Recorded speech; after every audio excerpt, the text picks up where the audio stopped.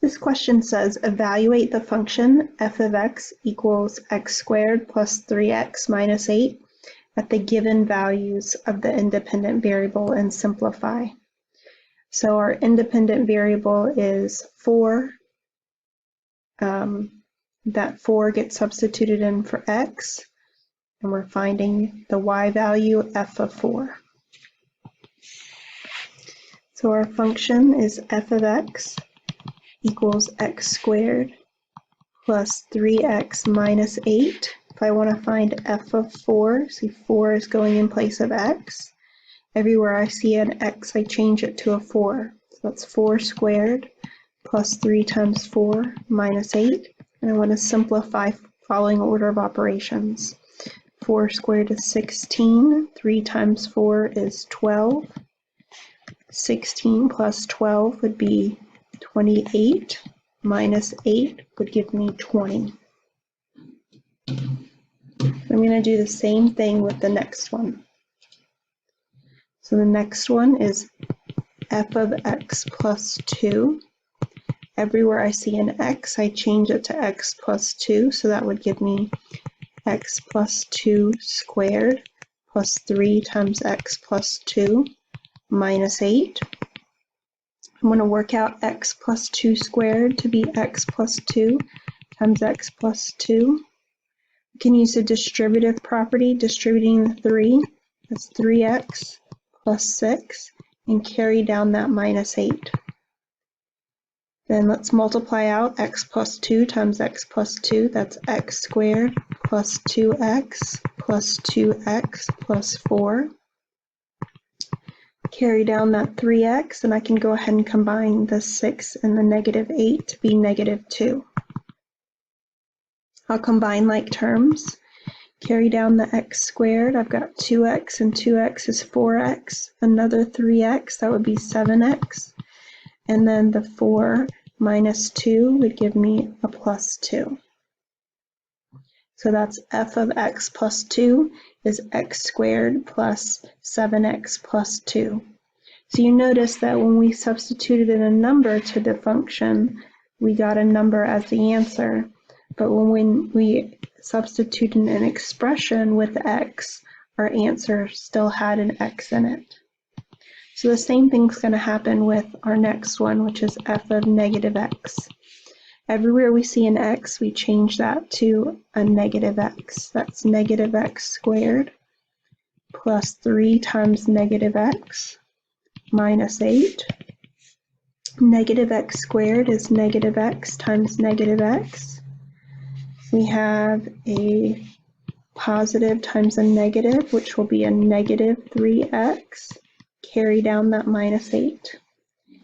Negative times negative will be a positive, and x times x is x squared. Carry down that 3x, carry down that minus 8, and that's our answer. F of negative x is equal to x squared minus 3x minus 8. The graph of the function h of x is shown. Find the function values h of 1, h of 3, and h of 4. So we have to understand this notation, h of 1. The 1 part is the x value, and the h of 1, the whole symbols together, means y. So we want to read the graph by finding an x value of 1 and then figuring out what that y value is. So for h of 1, I'm going to go to the graph and find an x value of 1, go up to the graph and over to the y value. So that y value is 2. H of 1 equals 2. So then let's do h of 3. I'm going to go to an x value of 3, go up to the graph, then over to the y value to get 6. H of 3 is 6. All right, let's do h of 4. Have an x value of 4, go up to the graph, over to the y value, and that's a y value of 5. H of 4 equals 5. So essentially this is very similar to an ordered pair, telling you the x value and the y value. We just use a little bit different notation.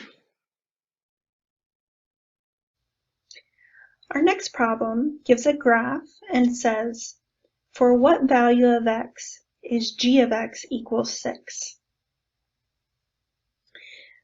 Our graph, this blue line here, represents the function g of x. And once again, the question says, for what value of x is g of x equals 6? Now for this example, we have to keep in mind that the notation g of x means the same thing as y. So this is telling us that y equals 6. And the question is asking us for an x value. For what value of x? So we're going to take a look at our graph, and we're going to be looking for when y equals 6. So we've got our y scale here. That's the vertical scale. And we're looking for when y equals 6. So here I have y equals 6 on the vertical scale. And I want to go all the way over to the graph, and I notice that right here I have a spot on the graph where the y coordinate is 6. So let me mark that down. The y is 6. And if I look down on the x scale from that point, I can find out what the x value is at that point. And that is -5.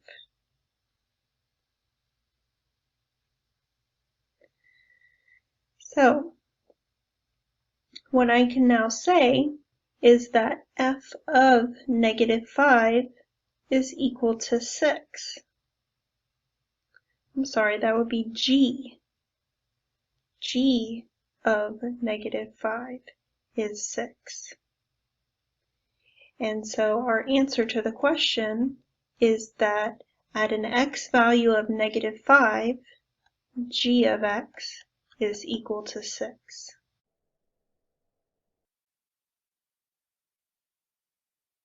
This question says, determine if the relation is also a function. Give the domain and range of the relation or function. So in order to determine if the relation is also a function, we need to remember the definition of a function. So for a definition of a function, every x has exactly one y. So as I'm looking through this relation, what I want to focus on the x's.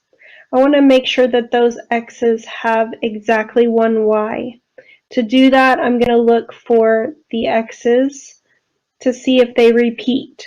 So I have an x of 9, I have a different x of 5, a different x of 8, a different x of 1, a different x of 3, and a different x of 4. So those x's never repeated.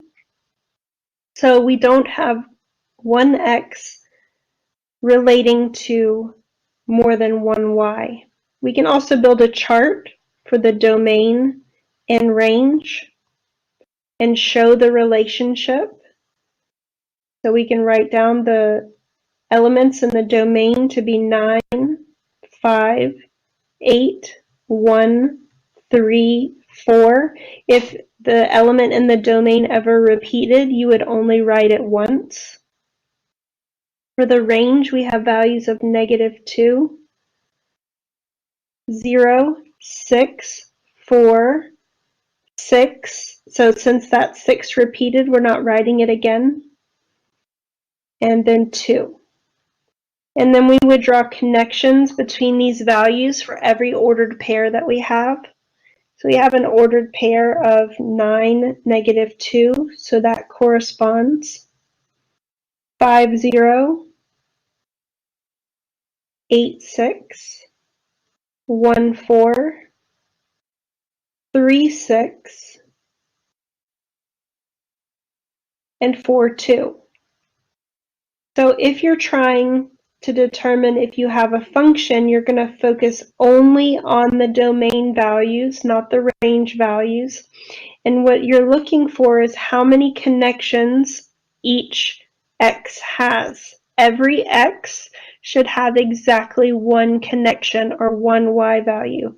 So this 9 has one connection, 5 has one connection, 8, 1, 3, and 4 all have one connection, so we would say that this relation is a function. And then we want to state the domain and range. So we're going to use our curly braces to list the items in the domain. That's 9, 5, 8, 1, 3, 4. We separate those items by commas. And for the range, we'll also use the curly braces, -2, 0, 6, 4. Remember, we don't write the 6 a second time. We just write it one time when you write it in the set. And we have our range. The next question says, classify the given function as a polynomial function, a rational function, or a root function. Then find the domain. Write the domain in interval notation. So our function is f of x equals 4x cubed minus 3x. So we want to decide whether this function is a root function, a rational function, or a polynomial function. So let's go through each category just briefly. A root function, or sometimes called a radical function, will have a radical in the equation. So it'll have like a square root or a cube root. A rational function is a function where you would have a fraction, and that fraction would have a variable in the denominator. And then finally, a polynomial function. Polynomial functions don't have radicals or fractions. Well, they might have a fraction in the coefficient, but you wouldn't have a variable in the denominator. And the powers on the variables are going to be whole number powers. So for this example, looking at it, I don't see any radicals and I don't see any fractions. So I'm looking at the powers on x, and I've got a power of 3 on this one and a power of 1 on this one, and those are both whole numbers. So I would classify this as a polynomial. And then once we decide that it's a polynomial function, we want to answer the second part, which is what is the domain of this function? So all polynomials will have a domain of all real numbers.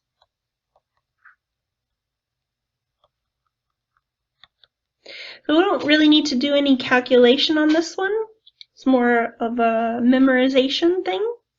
Once you know you have a polynomial function, you know that any value of x can be substituted in, and we write that the domain is from -infinity to infinity. That is saying that all values of x can be substituted into this function from -infinity to infinity.